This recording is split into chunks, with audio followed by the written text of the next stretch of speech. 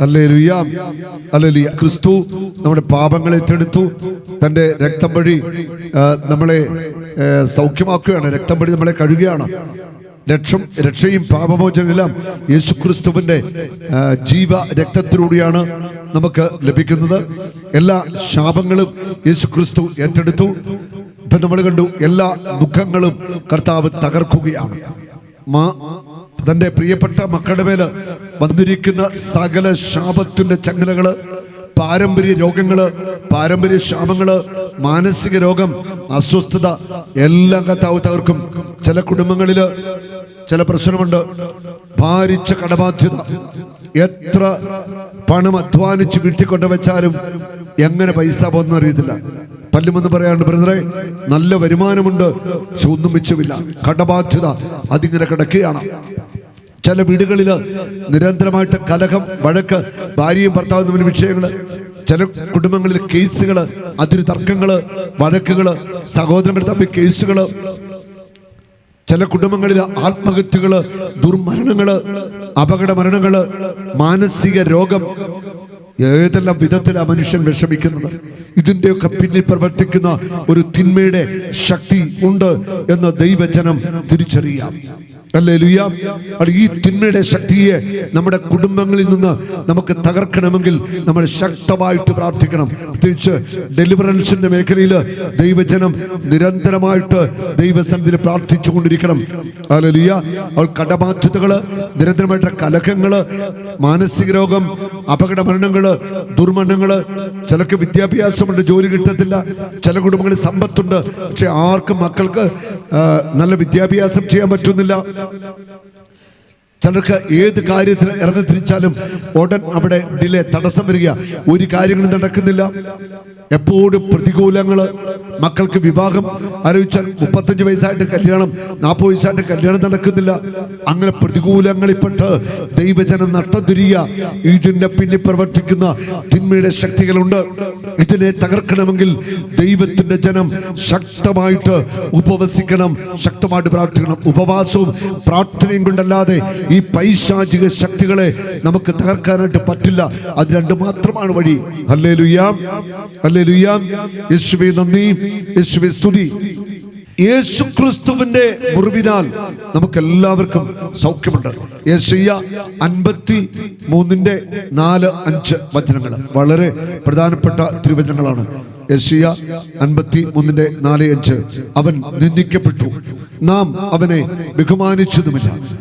നമ്മുടെ വേദനകളാണ് യഥാർത്ഥത്തിൽ അവൻ വഹിച്ചത്. കണ്ടോ, നമ്മുടെ ദുഃഖങ്ങളാണ് അവൻ ചുമന്നത്. നമ്മുടെ വേദനകളും നമ്മുടെ ദുഃഖങ്ങളും യേശുക്രിസ്തു ഏറ്റെടുത്തു. കാൽവരിയിലേക്കുള്ള ആ പീഡാസഹന യാത്ര, നമ്മുടെ ദുഃഖങ്ങളും വേദനകളും കർത്താവ് ഏറ്റെടുത്തു. നമ്മുടെ ദുഃഖങ്ങളാണ് അവൻ ചുമന്നത്. എന്നാൽ ദൈവം അവനെ പ്രഹരിക്കുകയും ശിക്ഷിക്കുകയും ദണ്ഡിപ്പിക്കുകയും ചെയ്തെന്ന് നാം കരുതി. നമ്മുടെ അതിക്രമങ്ങൾക്ക് വേണ്ടി അവൻ മുറിവേൽപ്പിക്കപ്പെട്ടു. കണ്ടോ, നമ്മൾ ഓരോരുത്തരും ചെയ്ത അതിക്രമങ്ങൾക്ക് വേണ്ടി അവൻ മുറിവേൽപ്പിക്കപ്പെട്ടു. നമ്മുടെ അകൃത്യങ്ങൾക്ക് വേണ്ടി അവൻ ക്ഷതമേൽപ്പിക്കപ്പെട്ടു. നമ്മൾ ചെയ്ത അകൃത്യങ്ങൾ, നമ്മുടെ പാപങ്ങൾ, നമ്മുടെ ജഡിക പാപങ്ങൾ, ആസക്തികൾ, തിന്മകൾ, അവയ്ക്കെല്ലാം വേണ്ടി അവന്റെ ശരീരം ക്ഷതമേൽപ്പിക്കപ്പെട്ടു. അവന്റെ മേലുള്ള ശിക്ഷ നമുക്ക് രക്ഷ നൽകി. അവന്റെ ക്ഷതങ്ങളാൽ നാം സൗഖ്യം പ്രാപിച്ചു. അവന്റെ മേലുള്ള ശിക്ഷ, യേശുക്രിസ്തു ഏറ്റുവാങ്ങിയ ശിക്ഷ, അവൻ എനിക്കും നിങ്ങൾക്കും വേണ്ടി പകരക്കാരനായിട്ട് മാറി. അവൻ നമ്മുടെ മേലുള്ള ശിക്ഷ ഏറ്റുവാങ്ങി. അങ്ങനെ അവൻ നമുക്ക് രക്ഷ നൽകി. അവന്റെ ക്ഷതങ്ങളാൽ, അവന്റെ മുറിവിനാൽ നാം സൗഖ്യമുള്ളവരാക്കപ്പെട്ടിരിക്കുക. 1 പത്രോസ് 2:24. Hallelujah, hallelujah. എല്ലാവരും പറഞ്ഞേ ഹല്ലേലൂയ, ഹല്ലേലൂയ. നമ്മുടെ പാപങ്ങൾ സ്വന്തം ശരീരത്തിൽ വഹിച്ചുകൊണ്ട് അവൻ കുരിശിലേറി. നമ്മുടെ പാപങ്ങൾ, നമ്മുടെ ഓരോരുത്തരുടെയും പാപങ്ങൾ, ഈ ഭൂമിയിൽ മനുഷ്യനായി ജനിച്ച ഓരോ വ്യക്തിയുടെയും പാപങ്ങൾ അവൻ സ്വന്തം കുരിശില്, സ്വന്തം ശരീരത്തിൽ ഏറ്റെടുത്തുകൊണ്ട് കുരിശിൽ മരിച്ചു. മാനവരാശിക്ക് ഒറ്റ ഒരു രക്ഷകനേ ഉള്ളൂ, യേശുക്രിസ്തു മാത്രം. അവൻ മാത്രമാണ് പാപങ്ങൾക്ക് വേണ്ടി പരിഹാര ബലിയായിട്ട് തീർന്നവൻ. Hallelujah, hallelujah. നമ്മുടെ പാപങ്ങൾ സ്വന്തം ശരീരത്തിൽ വഹിച്ചുകൊണ്ട് അവൻ കുരിശിലേറി, അത് നാം പാപത്തിന് മരിച്ച് നീതിക്കായി ജീവിക്കേണ്ടതിനാണ്. അവന്റെ മുറിവിനാൽ നിങ്ങൾ സൗഖ്യമുള്ളവരാക്കപ്പെട്ടിരിക്കുന്നു.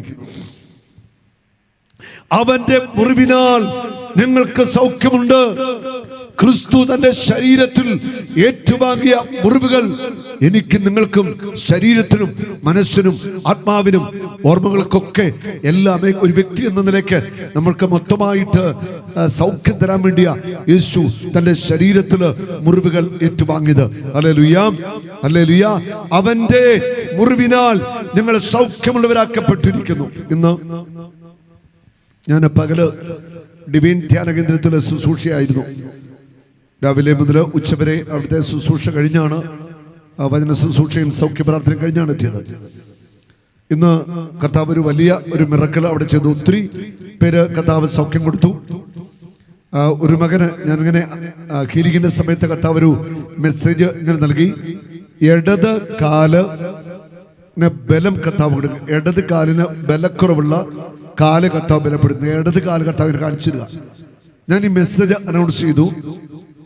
ഒരു സഹോദരൻ എണീറ്റ് നിന്നു. ഞാൻ ചോദിച്ചു എന്താ സംഭവം?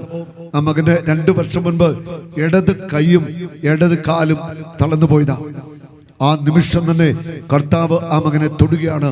ആ മകൻ എഴുന്നേറ്റ് കൈ ഉയർത്തിപ്പിടിച്ച് നടക്കുവാൻ തുടങ്ങി. അത്ഭുതകരമായ ഒരു സൗഖ്യമായിരുന്നു.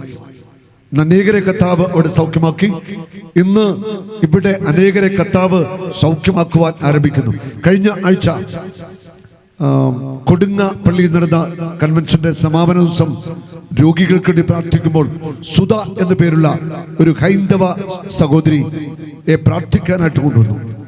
ആ മകൾക്ക് ഒരു അപകടത്തില് നട്ടെല്ല് പൊട്ടി രോഗാവസ്ഥയിൽ ആയിരുന്ന ഒരു മകളാണ്.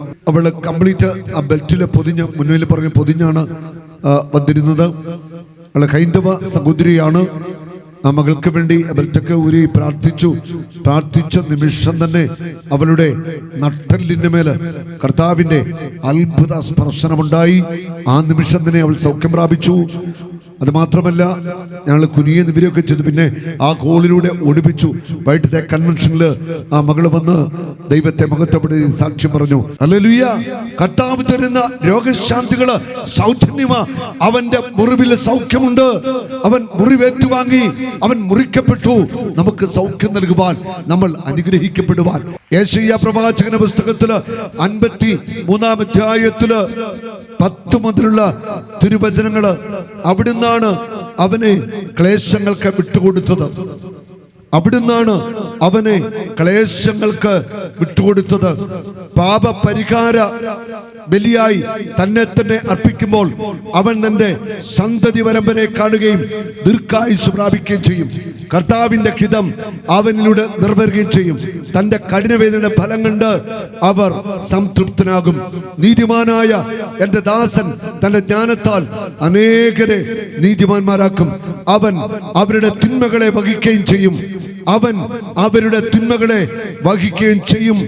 മഹാന്മാരോടൊപ്പം ഞാൻ അവന് അവകാശം കൊടുക്കും. ശക്തരോടുകൂടെ അവൻ കൊള്ള മുതൽ പങ്കിടും. എന്തെന്നാൽ അവൻ തന്റെ ജീവനെ മരണത്തിന് ഏൽപ്പിച്ചു കൊടുക്കുകയും, യേശുക്രിസ്തു തന്റെ ജീവനെ മരണത്തിന് ഏൽപ്പിച്ചു കൊടുക്കുകയും പാപികളോടുകൂടെ എണ്ണപ്പെടുകയും ചെയ്തു. എന്നിട്ടും അനേകരുടെ പാപഭാരം അവൻ പേറി അതിക്രമങ്ങൾക്ക് വേണ്ടി മധ്യസ്ഥം വഹിച്ചു. ഹല്ലേലൂയ. ഇത് യെശയ്യാ പ്രവാചകൻ ക്രിസ്തുവിന്റെ വരാനിരിക്കുന്ന പീഡാനുഭവത്തെ കുറിച്ചുള്ള പ്രവചനമാണിത്. നമ്മുടെ പാപങ്ങൾക്ക് വേണ്ടി അവൻ സ്വന്തം ശരീരത്തിൽ മുറിവേറ്റു, അവൻ സഹിച്ചു. അവൻ ഏറ്റുവാങ്ങിയ പീഡകളും വേദനകളും സഹനങ്ങളും നമ്മുടെ രക്ഷയ്ക്ക് വേണ്ടിയായിരുന്നു, നമ്മുടെ വിടുതലിന് വേണ്ടിയായിരുന്നു. Hallelujah, hallelujah. യേശുവേ നന്ദി, യേശുവേ സ്തുതി. കഴിഞ്ഞ വർഷം കോട്ടപ്പുറം രൂപതയില് നമ്മുടെ ബൈബിൾ കൺവെൻഷൻ നടക്കുക. രൂപതാ ബൈബിൾ കൺവെൻഷനാണ്. വലിയ ഒരു ജനാവലി പങ്കെടുത്ത വലിയൊരു കൺവെൻഷൻ. ആ കൺവെൻഷനിൽ പങ്കെടുത്ത ഒരു തളർന്ന രോഗി ആംബുലൻസിൽ പ്രാർത്ഥിക്കാനായിട്ട് കൊണ്ടുവന്ന ആംബുലൻസെ കൊണ്ടുവന്നു. ആംബുലൻസെ വെച്ചവനെ ഒന്ന് പ്രാർത്ഥിച്ചു. പിന്നെ പുറത്തിറക്കി ആ പന്തലിൽ കൊണ്ടുവന്ന് കിടത്തി പ്രാർത്ഥിച്ചു. അത്ഭുതകരമായിട്ട് 2-3 മാസക്കാലമായിട്ട് തളർന്നു കിടന്ന വ്യക്തിയാ. പെയിന്റ് അടിച്ചുകൾ വീണ് നട്ടല് നടുവിനൊക്കെ ഞരമ്പുകൾക്ക് സുഷുമ്നാടിക്കൊക്കെ ചതവ് പറ്റിയിട്ട് അരയ്ക്ക് കീഴ്പോട്ട് തളർന്നുപോയ ഒരു മകൻ, നിക്സൺ എന്നാണ് പേര്. അത്ഭുതകരമായിട്ട് അപ്പോൾ തന്നെ സൗഖ്യം പ്രാപിച്ച് ഹോളിലൂടെ ഓടി വൈകിട്ട് വന്ന് ആ കുടുംബം സാക്ഷ്യം പറഞ്ഞു. ഹൃദയസ്പർശിയാണ് സാക്ഷ്യം. ഹല്ലേലൂയ. യേശു എനിക്ക് സൗഖ്യം നൽകും. എൻ്റെ യേശു എൻ്റെ കുടുംബത്തെ അനുഗ്രഹിക്കും. എൻ്റെ യേശു എൻ്റെ കുടുംബത്തിൻ്റെ കടഭാരങ്ങൾ ഏറ്റെടുക്കും. എൻ്റെ യേശു എൻ്റെ മക്കളെ അനുഗ്രഹിക്കും. മക്കളുടെ വിവാഹം നടക്കും, ജോലി കിട്ടും, തലമുറ ഉണ്ടാവും. ഇവിടെ മക്കളില്ലാത്ത ദമ്പതികൾ ആരെങ്കിലും ഇരിപ്പുണ്ടെങ്കിൽ സങ്കടപ്പെടേണ്ട. വന്ധ്യമായിരിക്കുന്ന ഗർഭപാത്രങ്ങളെ കർത്താവ് ഈ ദിവസങ്ങളിൽ തൊടും. നിന്നെ തകർച്ചകളും പരാജയങ്ങളും എന്താണെങ്കിലും നിന്നെ കൈപിടിച്ചുയർത്തുവാൻ കർത്താവായ യേശു ക്രിസ്തുവിന് ശക്തിയുണ്ട്. അവൻ ജീവിക്കുന്ന ദൈവമാണ്. ഞങ്ങളുടെ കണ്ണുനീരിന്റെ മുൻപിൽ കർത്താവ് കടന്നു പോകത്തില്ല. ഇവിടെ കണ്ണുനീരൊഴുക്കുന്ന, ഹൃദയം നുറുങ്ങി പ്രാർത്ഥിക്കുന്ന ഏതൊരു വ്യക്തിയെയും ഈ ദിവസങ്ങളിൽ കർത്താവ് ശക്തമായിട്ട് അനുഗ്രഹിച്ചിരിക്കും. ഹല്ലേലൂയ. നിങ്ങളുടെ ജീവിതത്തിന്റെ പ്രശ്നം എന്താണെങ്കിലും അവ യേശു ക്രിസ്തു ഏറ്റെടുക്കും. നിങ്ങൾക്ക് ഉറപ്പായിട്ടും അവൻ വിടുതൽ നൽകിയിരിക്കും. അവൻ നമ്മുടെ രോഗങ്ങൾ ഏറ്റെടുത്തു, ശാപങ്ങൾ ഏറ്റെടുത്തു, ദുഃഖങ്ങളും വേദനകളും ഏറ്റെടുത്തു. എല്ലാ ക്രിസ്തു ഏറ്റെടുത്ത് കഴിഞ്ഞു. ഹല്ലേലൂയ. ഒരിക്കലും നമ്മൾ തകർന്നു പോകുവാൻ, നശിച്ചു പോകുവാൻ ദൈവം ആഗ്രഹിക്കുന്നില്ല. നമ്മുടെ നന്മയാണ് ദൈവത്തിന്റെ പദ്ധതി. നമ്മുടെ പേരുള്ള അനുഗ്രഹമാണ് ദൈവത്തിന്റെ പദ്ധതി. ആര് യേശുവിനെ വിളിച്ചോ അവർക്ക് ലജ്ജിക്കേണ്ടി വരത്തില്ല. ആര് യേശുവിന്റെ മുഖത്തേക്ക് നോക്കിയോ അവർക്ക് ഒരിക്കലും ലജ്ജിക്കേണ്ടി വരത്തില്ല. അവന്റെ മുഖത്തേക്ക് നോക്കിയവർ പ്രകാശിതരായി തീരുകയാ. Hallelujah, hallelujah. നിന്റെ സങ്കടത്തിന് കർത്താവ് ഒരു മറുപടി നൽകും. നിന്റെ തകർച്ചകൾക്ക് കർത്താവ് ഈ കൺവെൻഷനിൽ ഒരു മറുപടി നൽകും. ഈ ദിവസങ്ങളിൽ നിങ്ങൾ ഇവിടെ വന്നിരുന്ന് വചനം കേൾക്കുക, മാനസാന്തരപ്പെടുക, പാപം ഉപേക്ഷിക്കുക, ക്ഷമിക്കുക, കർത്താവിലേക്ക് തിരിച്ചു വരിക. നിന്റെ കുടുംബത്തെയും കർത്താവ് അനുഗ്രഹിച്ച് അനുഗ്രഹിച്ച് അനുഗ്രഹിച്ച് ഉയർത്താനായിട്ട് പോകുക. 2 കരങ്ങളും ഉയർത്തി കർത്താവിനെ ഒന്ന് സ്തുതിക്കട്ടെ. യേശുവേ, ആരാധന ആരാധന ആരാധന. കരമടിച്ചൊന്ന് കർത്താവിനെ സ്തുതിക്കാമോ? ശക്തിയോടെ കരമടിച്ച് സ്തുതിച്ച യേശുവേ. Hallelujah, hallelujah, hallelujah, hallelujah. ദൈവത്തിന് അസാധ്യമായിട്ട് ഒന്നുമില്ല. അതുകൊണ്ട് ഇവിടെ ഇരിക്കുന്ന മക്കളില്ലാത്ത സഹോദരി സഹോദരങ്ങള് എത്ര വർഷമായി എന്നോർത്തൊന്നും വിഷമിക്കേണ്ട. 25 30 പേടിക്കവേണ്ട. യേശു നിങ്ങളെ ഒന്ന് തൊട്ടാൽ മതി, നിങ്ങൾക്ക് മക്കൾ പിറക്കും. ഹല്ലേലൂയ. അവൻ ദൈവത്തിന് സാധിക്കും. അവൻ നിങ്ങളത് വിശ്വസിക്കുക. പഠിപ്പിക്കുന്ന മക്കളില്ലാത്ത ദമ്പതികൾ സങ്കടപ്പെടേണ്ട. അത്ഭുതങ്ങൾ കർത്താവ് ഈ ദിവസങ്ങൾ ചെയ്യും. വന്ധ്യമായിരിക്കുന്ന ഗർഭപാത്രം അനുഗ്രഹിക്കപ്പെടും. കവിണ്ട് കുറവുള്ളവർക്ക് കവിണ്ട് വർദ്ധിക്കും. ജീവന്റെ സമൃദ്ധി ഉണ്ടാവും. യെശയ്യാ 66:9 ജന്മം നൽകുന്ന ഞാൻ ഗർഭപാത്രം അടച്ചു കളയുമോ? ഇല്ല. കർത്താവ് ഒരിക്കലും ഗർഭപാത്രം അടച്ചു കളയത്തില്ല. ഗർഭപാത്രത്തെ അനുഗ്രഹിക്കും, മക്കളെ നൽകും. ഉൽപ്പത്തി 1:28 നിങ്ങൾ സന്താന പുഷ്ടി ഉള്ളവരായി പെരുകുവിൻ. മക്കളുടെ സമൃദ്ധി ദൈവത്തിന്റെ വാഗ്ദാനമാണ്. സങ്കീർത്തനം 113:9 വന്ധ്യയ്ക്ക് ഞാൻ വസതി നൽകും, മക്കളെ നൽകി അനുഗ്രഹിക്കും. ഹല്ലേലൂയ. വന്ധ്യയ്ക്ക് ഞാൻ വസതി നൽകും, മക്കളെ നൽകി അനുഗ്രഹിക്കും. ഹല്ലേലൂയ. കർത്താവിനെ സ്തുതിക്കുവിൻ. നമുക്ക് 2 കരങ്ങളും ഒന്ന് ഉയർത്തിപ്പിടിച്ച് മക്കളില്ലാത്തവരെ ഓർത്തൊക്കെ ഒന്ന് സ്തുതിച്ചേ. ഹല്ലേലൂയ. യേശുവേ, ആരാധന ആരാധന. കർത്താവെ, ഞങ്ങളങ്ങേ സ്തുതിക്കുന്നു. മക്കളില്ലാത്ത ദമ്പതികളെ അങ്ങ് സ്പർശിക്കണമേ. വന്ധ്യമായിരിക്കുന്ന ഗർഭപാത്രങ്ങളെ അങ്ങ് ആശീർവദിക്കണമേ. കവിണ്ട് കുറവുള്ളവർക്ക് കവിണ്ട് വർദ്ധിക്കട്ടെ, ജീവന്റെ സമൃദ്ധി ഉണ്ടാവട്ടെ. മക്കളില്ലാത്ത എല്ലാവർക്കും കർത്താവെ മക്കളെ കൊടുക്കണമേ. കുഞ്ഞുങ്ങളെ ആഗ്രഹിക്കുന്ന എല്ലാവർക്കും, ഇനി മക്കളെ ആഗ്രഹിക്കുന്നവർക്കെല്ലാം കർത്താവെ മക്കളെ കൊടുക്കണമേ. എല്ലാവരും മക്കളെ ആഗ്രഹിക്കുന്നവർക്കെല്ലാം മക്കൾ ലഭിക്കട്ടെ. യേശുവിന്റെ നാമത്തിൽ ഞങ്ങൾ പ്രാർത്ഥിക്കുന്നു. ഹല്ലേലൂയ. കൈതാളമോടെ ഇന്നും കരഘോഷമോടെ കർത്താവിനെ എന്നും സ്തുതിക്കാം. കൈതാളമോടെ ഇന്നും കരഘോഷമോടെ കർത്താവിനെ